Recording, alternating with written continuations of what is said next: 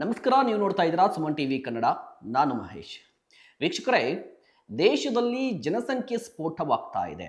ಜನಸಂಖ್ಯೆಯನ್ನ ನಿಯಂತ್ರಣ ಮಾಡಬೇಕು. ಹೆಚ್ಚು ಕಡಿಮೆ 140 ಕೋಟಿ ಆಗಿದ್ದೀವಿ. ದೇಶದ ಅಭಿವೃದ್ಧಿಗೆ ಈ ಜನಸಂಖ್ಯೆ ಮಾರಕ ಆಗುತ್ತೆ ಅನ್ನುವಂತಹ ಮಾತುಗಳನ್ನ ಆಗಿಂದಾಗಿ ನಾವು ಕೇಳ್ತಾ ಇರ್ತೀವಿ. ಆದರೆ ಚಂದ್ರಬಾಬು ನಾಯ್ಡು ಅವರು ಆಂಧ್ರ ಪ್ರದೇಶದ ಸಿಎಂ ಆ ರಾಜ್ಯದ ಜನರಿಗೆ ಒಂದು ಕರೆಯನ್ನ ಕೊಟ್ಟಿದ್ದಾರೆ. ನೀವು ಮಿನಿಮಮ್ ಅಂತ ಹೇಳಿದ್ರೆ 3 ಮಕ್ಕಳನ್ನ ಮಾಡ್ಕೊಳ್ಳಿ.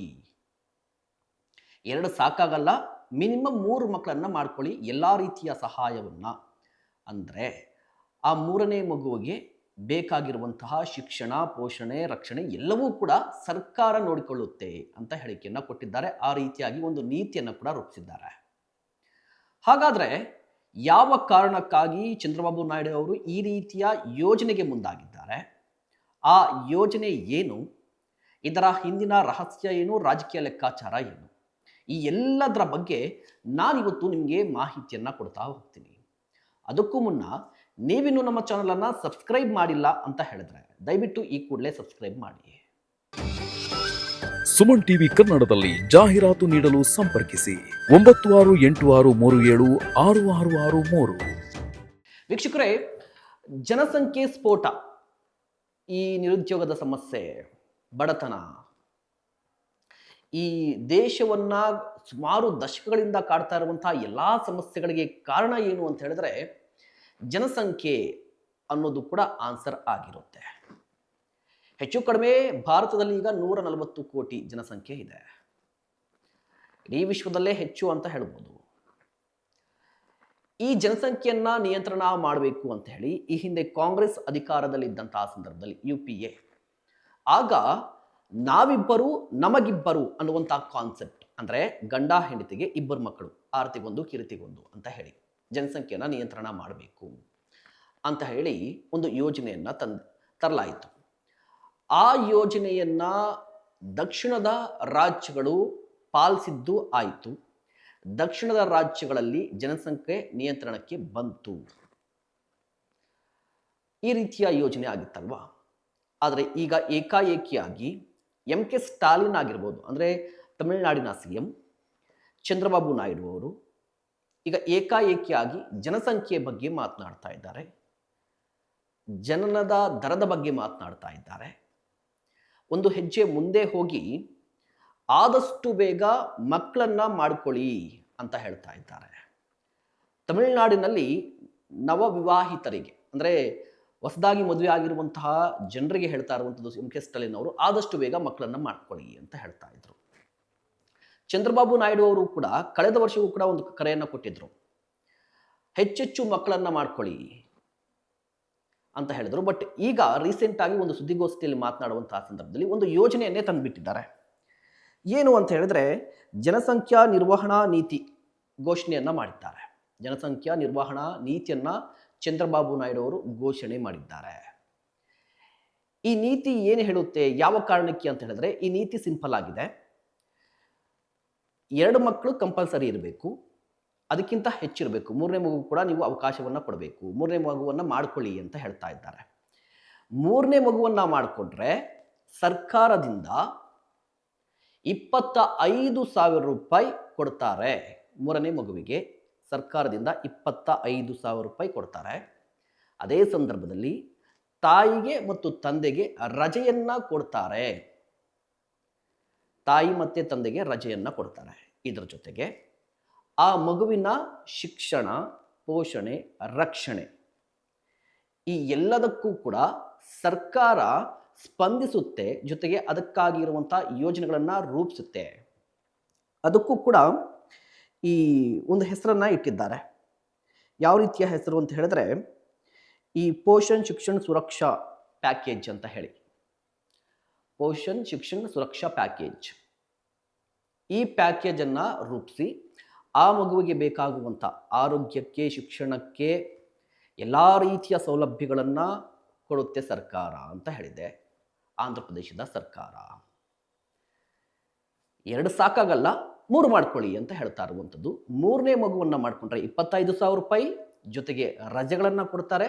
ಆ ಮಗುವಿನ ಪಾಲನೆ, ಲಾಲನೆ, ಶಿಕ್ಷಣ, ರಕ್ಷಣೆ ಎಲ್ಲವೂ ಕೂಡ ಸರ್ಕಾರ ನೋಡಿಕೊಳ್ಳುತ್ತೆ, ಎಲ್ಲವೂ ಕೂಡ free free free free free ಅಂತ ಹೇಳಿರುವಂಥದ್ದು ಆಂಧ್ರ ಪ್ರದೇಶದ ಸರ್ಕಾರ. ಇದಕ್ಕೆ ಒಂದಿಷ್ಟು ವಿರೋಧ ವ್ಯಕ್ತವಾಗ್ತಾ ಇದೆ, ಮತ್ತೊಂದಿಷ್ಟು ಬೆಂಬಲವೂ ಕೂಡ ವ್ಯಕ್ತವಾಗ್ತಾ ಇದೆ. ವಿರೋಧ ಯಾಕೆ ಅನ್ನೋದಕ್ಕೆ ಸಿಂಪಲ್ ಆನ್ಸರ್ ಏನು ಅಂತ ಹೇಳಿದ್ರೆ, ಈಗಾಗಲೇ ದೇಶದಲ್ಲಿ ಜನಸಂಖ್ಯೆ ಜಾಸ್ತಿ ಆಗ್ತಾ ಇದೆ, ಹೀಗಾಗಿ ಈ ರೀತಿಯ ಹೇಳಿಕೆಗಳು ಸರಿಯಲ್ಲ ಅಂತ ಹೇಳ್ತಾರೆ. ಬೆಂಬಲ ಯಾಕೆ? ಚಂದ್ರಬಾಬು ನಾಯ್ಡು ಅವರು ಸುದೀರ್ಘವಾಗಿ ರಾಜಕೀಯವನ್ನು ಮಾಡ್ಕೊಂಡು ಬಂದಿದ್ದಾರೆ, ಆಂಧ್ರ ಪ್ರದೇಶದ CM ಆಗಿದ್ದಾರೆ, ಅವರದ್ದೇ ಆದಂಥ ಒಂದು ಕನಸಿದೆ. ಸೊ ಚಂದ್ರಬಾಬು ನಾಯ್ಡು ಅವರು ಯಾಕೆ ಈ ಮಾತನ್ನು ಅಥವಾ ಈ ಯೋಜನೆಯನ್ನು ತರಲಿಕ್ಕೆ ಮುಂದಾಗಿದ್ದಾರೆ ಅನ್ನುವಂಥ ಪ್ರಶ್ನೆ ಬಂದಾಗ ಅವರು ಸಿಂಪಲ್ ಆಗಿ ಆನ್ಸರನ್ನು ಮಾಡಿದ್ದಾರೆ. ಏನು ಆನ್ಸರ್ ಅಂತ ಹೇಳಿದ್ರೆ, ಚೀನಾ, ಇಟಲಿ, ಜಪಾನ್ ಈ ದೇಶಗಳಲ್ಲಿ ಮುದುಕರ ಸಂಖ್ಯೆ ಜಾಸ್ತಿ ಆಗ್ತಾ ಇದೆ, ಯುವಕರ ಸಂಖ್ಯೆ ಕಡಿಮೆ ಆಗಿದೆ, ಹೀಗಾಗಿ ಆ ದೇಶಗಳ ಅಭಿವೃದ್ಧಿಯಲ್ಲಿ ಕುಂಠಿತವಾಗುತ್ತೆ ಅಂತ.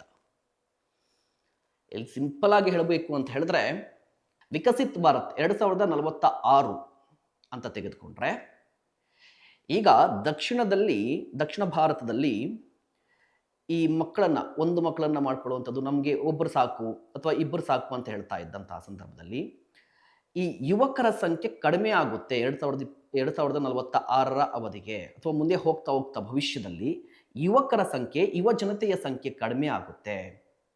ಯುವ ಜನತೆಯ ಸಂಖ್ಯೆ ಕಡಿಮೆ ಆಗಿದೆ ಅಂತ ಹೇಳಿದ್ರೆ ಆ ದೇಶ ಯಂಗ್ ಆಗಿರೋದಿಲ್ಲ, ಆ ದೇಶದ ಅಭಿವೃದ್ಧಿ ಕುಂಠಿತವಾಗುತ್ತೆ. ಮುಂದೆ ಕೆಲಸಗಳಲ್ಲಿಯೂ ಕೂಡ ಯಾರು ಕೆಲಸ ಮಾಡೋಕ್ಕೆ ತಯಾರಾಗಿರೋದಿಲ್ಲ, ಕೆಲಸ ಮಾಡೋಕ್ಕೆ ಜನನೇ ಇರೋದಿಲ್ಲ ಅಂತ. ಯುವಕರಿದ್ದರೆ ಮಾತ್ರ ಅಲ್ವಾ ಮುಂದೆ ಆ ಕೆಲಸಗಳು ನಡೆಯುವಂಥದ್ದು, ಕೆಲಸ ಮಾಡೋಕ್ಕೆ ಜನ ಸಿಗೋದು, ಪ್ರಗತಿ ಕಾಣೋದು. ಬಟ್ ಯುವಕರೇ ಇಲ್ಲ, ಬರೀ ಮುದುಕರೇ ಇದ್ದರೆ ಹೇಗೆ? ಹೀಗಾಗಿ ಹೆಚ್ಚೆಚ್ಚು ಮಕ್ಕಳನ್ನು ಮಾಡ್ಕೊಳ್ಳಿ ಅಂತ ಹೇಳಿರುವಂಥದ್ದವರು. ಇದರ ಜೊತೆಗೆ ಇನ್ನೊಂದು ವಿಚಾರ ಏನು ಅಂತ ಹೇಳಿದ್ರೆ, ಈ ಅಭಿವೃದ್ಧಿ ವಿಚಾರ ಆಯಿತು. ಜನಸಂಖ್ಯೆ, ಅಭಿವೃದ್ಧಿ, ಪ್ರಗತಿ ಯಾವ ರೀತಿಯಾಗಿ ಇಂಪ್ಯಾಕ್ಟ್ಫುಲ್ ಆಗಿರುತ್ತೆ ಅಂತ ಹೇಳಿ. ಮತ್ತೊಂದು ವಿಚಾರ ಏನು ಅಂತ ಹೇಳಿದ್ರೆ, ಈ ಜನಸಂಖ್ಯೆ ಮತ್ತು ಆರ್ಥಿಕ ಪ್ರಗತಿ, ಅಭಿವೃದ್ಧಿ ಎಲ್ಲವೂ ಕೂಡ ಒಂದಕ್ಕೊಂದು ಸಿಂಕ್ ಆಗೇ ಇರುತ್ತೆ. ಜನಸಂಖ್ಯೆ ಜಾಸ್ತಿ ಆದರೆ ಅದನ್ನು ನಿಯಂತ್ರಿಸಬೇಕು. ಇಫ್ ಇನ್ ಕೇಸ್ ಏನಾದರೂ ಇಡೀ ಜನಸಂಖ್ಯೆ ಕಡಿಮೆ ಆಗಿಬಿಟ್ರೆ, ಯುವಕರು ಕಡಿಮೆ ಆಗಿಬಿಟ್ರೆ, ಯುವಜನತೆ ಕಡಿಮೆ ಆಗಿಬಿಟ್ರೆ, ಮುಂದೆ ದೇಶದ ಫ್ಯೂಚರ್ ಅಂತ ನೋಡಿದಂತಹ ಸಂದರ್ಭದಲ್ಲಿ ಏನಾಗುತ್ತೆ? ಬರೀ ಮುದುಕರೇ ಇದ್ದರೆ ಯಾರು ಕೆಲಸ ಮಾಡ್ತಾರೆ? ಯಾವತ್ತೂ ಕೂಡ ದೇಶ ಹೆಂಗಾಗಿರಬೇಕು, ಯುವಜನತೆಯ ಕೈಯಲ್ಲಿರಬೇಕು ಅಂತ ಹೇಳ್ತಾರೆ. ಬಟ್ ನಮ್ಮಲ್ಲಿ ಏನು ಪರಿಸ್ಥಿತಿ ಆಗ್ತಾ ಇದೆ ಅಂತ ಹೇಳಿದ್ರೆ, ಮುಖ್ಯವಾಗಿ ಸೌತಲ್ಲಿ ಯುವಜನತೆಯ ಸಂಖ್ಯೆ ಮತ್ತು ಜನನದ ಪ್ರಮಾಣ ಕಡಿಮೆ ಆಗ್ತಿರುವ ಕಾರಣಕ್ಕಾಗಿ ಒಂದು 10 ವರ್ಷ 15 ವರ್ಷ ಹೋದ್ಮೇಲೆ ನಾವು ಮುದುಕರು ಜಾಸ್ತಿ ಆಗ್ಬಿಡ್ತಾರೆ ನಮ್ಮ ಸೌತಲ್ಲಿ.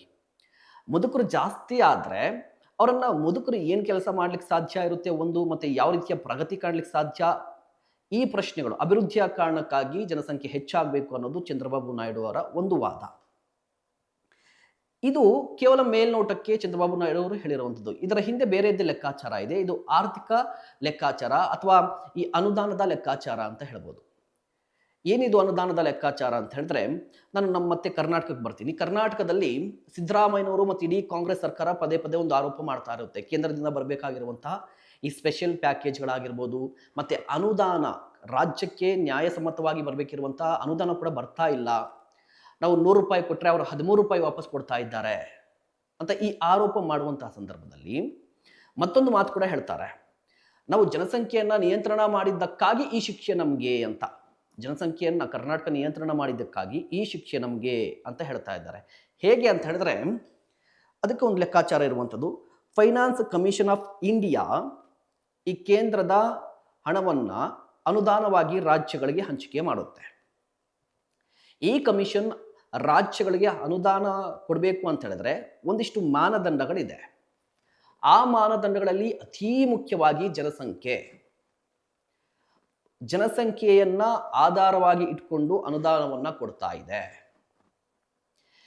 ಒಂದು ರಾಜ್ಯದಲ್ಲಿ ಫಾರ್ ಎಕ್ಸಾಂಪಲ್, ಈಗ ಎಲ್ಲರ ವಾದ ಏನು ಅಂದರೆ ಬಿಹಾರಿಗೆ ಮತ್ತು ಉತ್ತರ ಪ್ರದೇಶಕ್ಕೆ ಅತಿ ಹೆಚ್ಚು ಅನುದಾನ ಹೋಗ್ತಾ ಇದೆ ಅಂತ.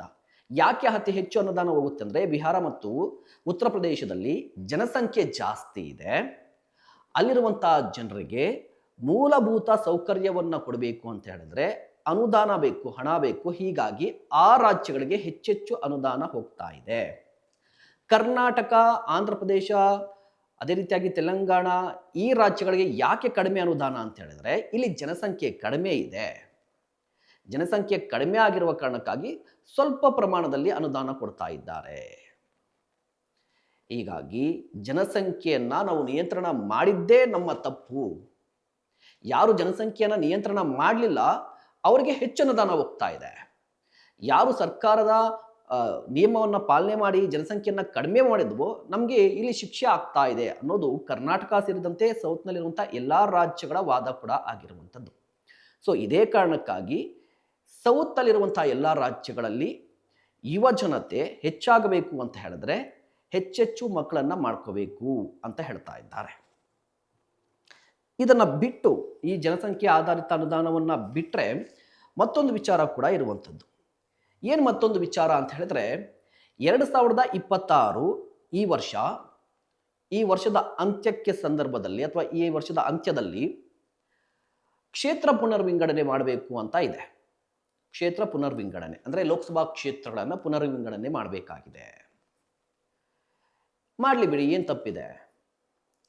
ಅಲ್ಲೂ ಕೂಡ ಜನಸಂಖ್ಯೆ ಫ್ಯಾಕ್ಟರ್ ಆಗುತ್ತೆ. ಅತೀ ಮುಖ್ಯ ಜನಸಂಖ್ಯೆ. ಯಾಕೆ ಜನಸಂಖ್ಯೆ ಅಂದರೆ ಜನಸಂಖ್ಯೆಯ ಆಧಾರದಲ್ಲಿ ಕ್ಷೇತ್ರ ವಿಂಗಡಣೆಯನ್ನು ಮಾಡ್ತಾರೆ. ಜನಸಂಖ್ಯೆಯ ಆಧಾರದಲ್ಲಿ ಕ್ಷೇತ್ರ ವಿಂಗಡಣೆ ಮಾಡಿದ್ರೆ ದಕ್ಷಿಣದ ರಾಜ್ಯಗಳಲ್ಲಿ ಲೋಕಸಭಾ ಕ್ಷೇತ್ರಗಳ ಸಂಖ್ಯೆ ಗಣನೀಯವಾಗಿ ಹೆಚ್ಚಾಗಲ್ಲ, ಆದರೆ ಕಡಿಮೆ ಆಗುತ್ತೆ. ಇಲ್ಲಾಂದರೆ ಇವಾಗ ಎಷ್ಟಿದೆಯೋ ಅಷ್ಟೇ ಇರುತ್ತೆ. ಈಗ ಆಲ್ಮೋಸ್ಟ್ ಇಡೀ ದೇಶದಲ್ಲಿ 543 ಲೋಕಸಭಾ ಕ್ಷೇತ್ರಗಳು.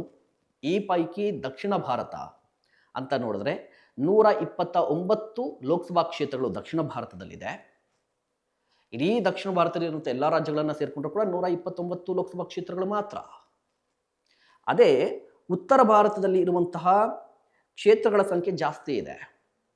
ಇದೇ ಕಾರಣಕ್ಕಾಗಿ ಈ ದೇಶದಲ್ಲಿ ಯಾರೇ ಪ್ರಧಾನಿಯಾದರೂ ಉತ್ತರ ಭಾರತದವರು ಆಗ್ತಾರೆ. ಮತ್ತು ಇಡೀ ಈ ರಾಜಕೀಯ ಹಿಡಿತ ಇರೋದಲ್ವಾ, ಈ ಅಧಿಕಾರ, ಪವರ್, ದೇಶವನ್ನು ಕಂಟ್ರೋಲ್ ಮಾಡುವಂಥ ಪವರ್ ಉತ್ತರ ಭಾರತದವರ ಕೈಯಲ್ಲಿ ಜಾಸ್ತಿ ಇರುತ್ತೆ. ಈ ಹಿಂದೆ ಒಂದು ಮಾತಿತ್ತು, ನಮ್ಮ ಎಂ ಪಿಗಳನ್ನು ಅಲ್ಲಿರುವಂಥ ನಾರ್ತಲ್ಲಿರುವಂಥ ಜನರು ಮದ್ರಾಸಿಗಳು ಅಂತ ಕರಿತಿದ್ರು. ಅಂದರೆ ಈ ಕಂಪ್ಲೀಟಾಗಿ ಸೌತರ್ನ ಒಂದು 2ನೇ ದರ್ಜೆಯ ಪ್ರಜೆಗಳನ್ನಾಗಿ ನೋಡುವಂತಹ ಮನಸ್ಥಿತಿ ನಾರ್ತ್ ಅವ್ರಿಗೆ ಈಗಲೂ ಕೂಡ ಇದೆ. ಸೊ ಈಗಲೇ ಈ ರೀತಿಯ ಪರಿಸ್ಥಿತಿ ಇದೆ. ಮುಂದೆ ಈ ಕ್ಷೇತ್ರ ಪುನರ್ವಿಂಗಡಣೆ ಏನಾದರೂ ಆಗಿಬಿಟ್ರೆ ನಮ್ಮ ಕ್ಷೇತ್ರಗಳ ಸಂಖ್ಯೆ ಇನ್ನೂ ಕಡಿಮೆ ಆಗುತ್ತೆ. ಅದೇ ಸಂದರ್ಭದಲ್ಲಿ ಈ ಬಿಹಾರ ಆಗಿರ್ಬೋದು, ಉತ್ತರ ಪ್ರದೇಶ ಆಗಿರ್ಬೋದು, ಮಧ್ಯಪ್ರದೇಶ ಆಗಿರ್ಬೋದು, ರಾಜಸ್ಥಾನ ಆಗಿರ್ಬೋದು, ಈ ರಾಜ್ಯಗಳಲ್ಲಿ ಕ್ಷೇತ್ರಗಳ ಸಂಖ್ಯೆ ಡಬಲ್ ಆಗುತ್ತೆ ಅಥವಾ ಇನ್ನೂ ಜಾಸ್ತಿ ಆಗಿಬಿಡುತ್ತೆ. ಆಗ ಪವರ್ ಕಂಪ್ಲೀಟ್ ಆಗಿ ನಾರ್ತ್ ಇಂಡಿಯನ್ ಕೈಯಲ್ಲಿ ಇದ್ಬಿಡುತ್ತೆ, ಅಥವಾ ನಾರ್ತ್ನ ರಾಷ್ಟ್ರಗಳ ಕೈಯಲ್ಲಿ, ದೇಶಗಳ ಕೈಯಲ್ಲಿ ಇದ್ಬಿರುತ್ತೆ. ರಾಜಕೀಯ ಪವರ್ ಕೂಡ ಮುಖ್ಯ ಆಗುತ್ತೆ. ರಾಜಕೀಯ ಪವರ್ಗಾಗಿ ನಮ್ಮ ಕ್ಷೇತ್ರಗಳು ಹೆಚ್ಚಾಗಬೇಕು ಅಂತ ಹೇಳಿದ್ರು ಕೂಡ ನಮ್ಮ ಜನಸಂಖ್ಯೆ ಜಾಸ್ತಿ ಆಗಬೇಕು. ನೋಡಿ, 2026 ಕ್ಷೇತ್ರ ವಿಂಗಡಣೆ ಏನಾದರೂ ಆದರೆ ಕರ್ನಾಟಕ ಆಗಿರ್ಬೋದು, ತೆಲಂಗಾಣ, ತಮಿಳುನಾಡು, ಆಂಧ್ರ ಪ್ರದೇಶ ಈ ಹೆಚ್ಚು ಕಡಿಮೆ ಅಂತ ಹೇಳಿದ್ರೆ 1-2 ಜಾಸ್ತಿ ಆಗ್ಬೋದು ಅಷ್ಟೇ. ಜಾಸ್ತಿ ಅಂದರೆ 2 ಜಾಸ್ತಿ ಆಗ್ಬೋದು ಕ್ಷೇತ್ರಗಳ ಸಂಖ್ಯೆ. ಅದೇ ಪರಿಸ್ಥಿತಿಯಲ್ಲಿ, ಅದೇ ಸಂದರ್ಭದಲ್ಲಿ ಉತ್ತರ ಪ್ರದೇಶದಲ್ಲಿ 15 ಕ್ಷೇತ್ರಗಳು ಜಾಸ್ತಿ ಆಗ್ಬೋದು. ಈಗ ಸದ್ಯ 80 ಕ್ಷೇತ್ರಗಳಿದೆ. 15 ಅಂತ ಹೇಳಿದ್ರೆ 95 ಆಗುತ್ತೆ. ಇನ್ನು ಬಿಹಾರದಲ್ಲಿ 10 ಕ್ಷೇತ್ರಗಳು ಜಾಸ್ತಿ ಆಗ್ಬೋದು. ಮಧ್ಯಪ್ರದೇಶದಲ್ಲಿ 5 ಕ್ಷೇತ್ರಗಳು ಜಾಸ್ತಿ ಆಗ್ಬೋದು. ಹೀಗೆ ನಾರ್ತಲ್ಲಿರುವಂಥ ಅಥವಾ ಜನಸಂಖ್ಯೆ ಜಾಸ್ತಿ ಇರುವಂಥ ರಾಜ್ಯಗಳಲ್ಲಿ ಲೋಕಸಭಾ ಕ್ಷೇತ್ರಗಳು ಜಾಸ್ತಿ ಆಗಿಬಿಟ್ರೆ ಆಗ ಏನಾಗುತ್ತೆ ಅಂತ ಹೇಳಿದ್ರೆ ಒಂದು 3-4 ರಾಜ್ಯಗಳನ್ನು ಗೆದ್ದರೆ ಸಾಕು, ಯಾವುದಾದ್ರೂ ಪಕ್ಷ ಕಂಪ್ಲೀಟ್ ಆಗಿ ಅಧಿಕಾರಕ್ಕೆ ಬಂದ್ಬಿಡುತ್ತೆ. ಆಗ ನಮ್ಮ ಈ ಸೌತನ್ನು ಕಂಪ್ಲೀಟ್ ಆಗಿ ನೆಗ್ಲೆಕ್ಟ್ ಮಾಡುವಂತಹ ಸಾಧ್ಯತೆಗಳಿದೆ. ಈಗಲೇ ಒಂದು ಮಾತಿದೆ, ಸೌತನ್ನು ಕಂಪ್ಲೀಟ್ ಆಗಿ ನೆಗ್ಲೆಕ್ಟ್ ಮಾಡ್ತಾರೆ. ಕಾರಣ ಏನಂತ ಹೇಳಿದ್ರೆ ಇಲ್ಲಿ ಹೆಚ್ಚಿನ ಸಂಖ್ಯೆಯಲ್ಲಿ ಸಂಸದರು ಹೋಗಲ್ಲ ಅಂತ ಹೇಳಿ. ಅಂದರೆ ಡಿಮ್ಯಾಂಡಿಂಗ್ ಪವರ್, ಪ್ರೆಷರ್ ಮಾಡುವಂಥದ್ದು, ಪ್ರಭಾವ ಬೀರುವಂಥದ್ದು, ಒತ್ತಡ ಹಾಕುವಂಥದ್ದು ನಮ್ಮ ಸಂಸದರು ತೀರಾ ಕಡಿಮೆ. ಯಾಕಂದರೆ ಜನಸಂಖ್ಯೆ ಕಡಿಮೆ, ಸಂಸದರ ಸಂಖ್ಯೆ ಕಡಿಮೆ.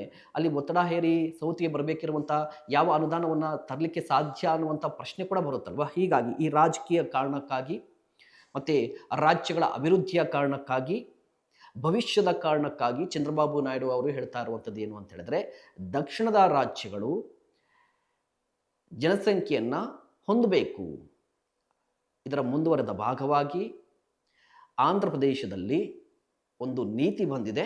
2 ಮಕ್ಕಳಲ್ಲ 3 ಮಕ್ಕಳನ್ನು ಮಾಡಿಕೊಳ್ಳಿ, 25,000 ರೂಪಾಯಿ ನಾವು ಹಣವನ್ನು ಕೊಡ್ತೀವಿ, ಜೊತೆಗೆ ಎಲ್ಲ ರೀತಿಯ ಸೌಲಭ್ಯಗಳನ್ನು ಕೊಡ್ತೀವಿ ಅಂತ ಚಂದ್ರಬಾಬು ನಾಯ್ಡು ಅವರು ಹೇಳಿರುವಂಥದ್ದು. ಅದೇ ಮಾತನ್ನು ಎಂ.ಕೆ. ಸ್ಟಾಲಿನ್ ಅವರು ಕಳೆದ ವರ್ಷವೂ ಕೂಡ ಹೇಳಿದರು. ಸಿದ್ದರಾಮಯ್ಯನವರು ಕೂಡ ಈ ಬಗ್ಗೆ ಯೋಚನೆ ಮಾಡ್ತಿರ್ಬೋದು ಅಥವಾ ಈ ಬಗ್ಗೆ ಮಾತನಾಡಿರಬಹುದು. ಸೊ ಈ ವಿಚಾರದ ಬಗ್ಗೆ ಅಥವಾ ಈ ದಕ್ಷಿಣದಲ್ಲಿ ಜನಸಂಖ್ಯೆ ಜಾಸ್ತಿ ಆಗಬೇಕು, 2 ಮಕ್ಕಳು ಸಾಕಾಗಲ್ಲ 3 ಮಕ್ಕಳು ಮಾಡ್ಕೊಳ್ಳಿ, ಇದ್ರ ಬಗ್ಗೆ ನಿಮ್ಮ ಅಭಿಪ್ರಾಯ ಏನು? ನಿಮಗೇನು ಅನಿಸುತ್ತೆ? ದಯವಿಟ್ಟು ಕಮೆಂಟ್ ಮಾಡಿ. ಇಂತಹ ಮತ್ತಷ್ಟು ಕಂಟೆಂಟ್ಗಾಗಿ ನೋಡ್ತಾ ಇರಿ ಸುಮನ್ ಟಿವಿ ಕನ್ನಡ.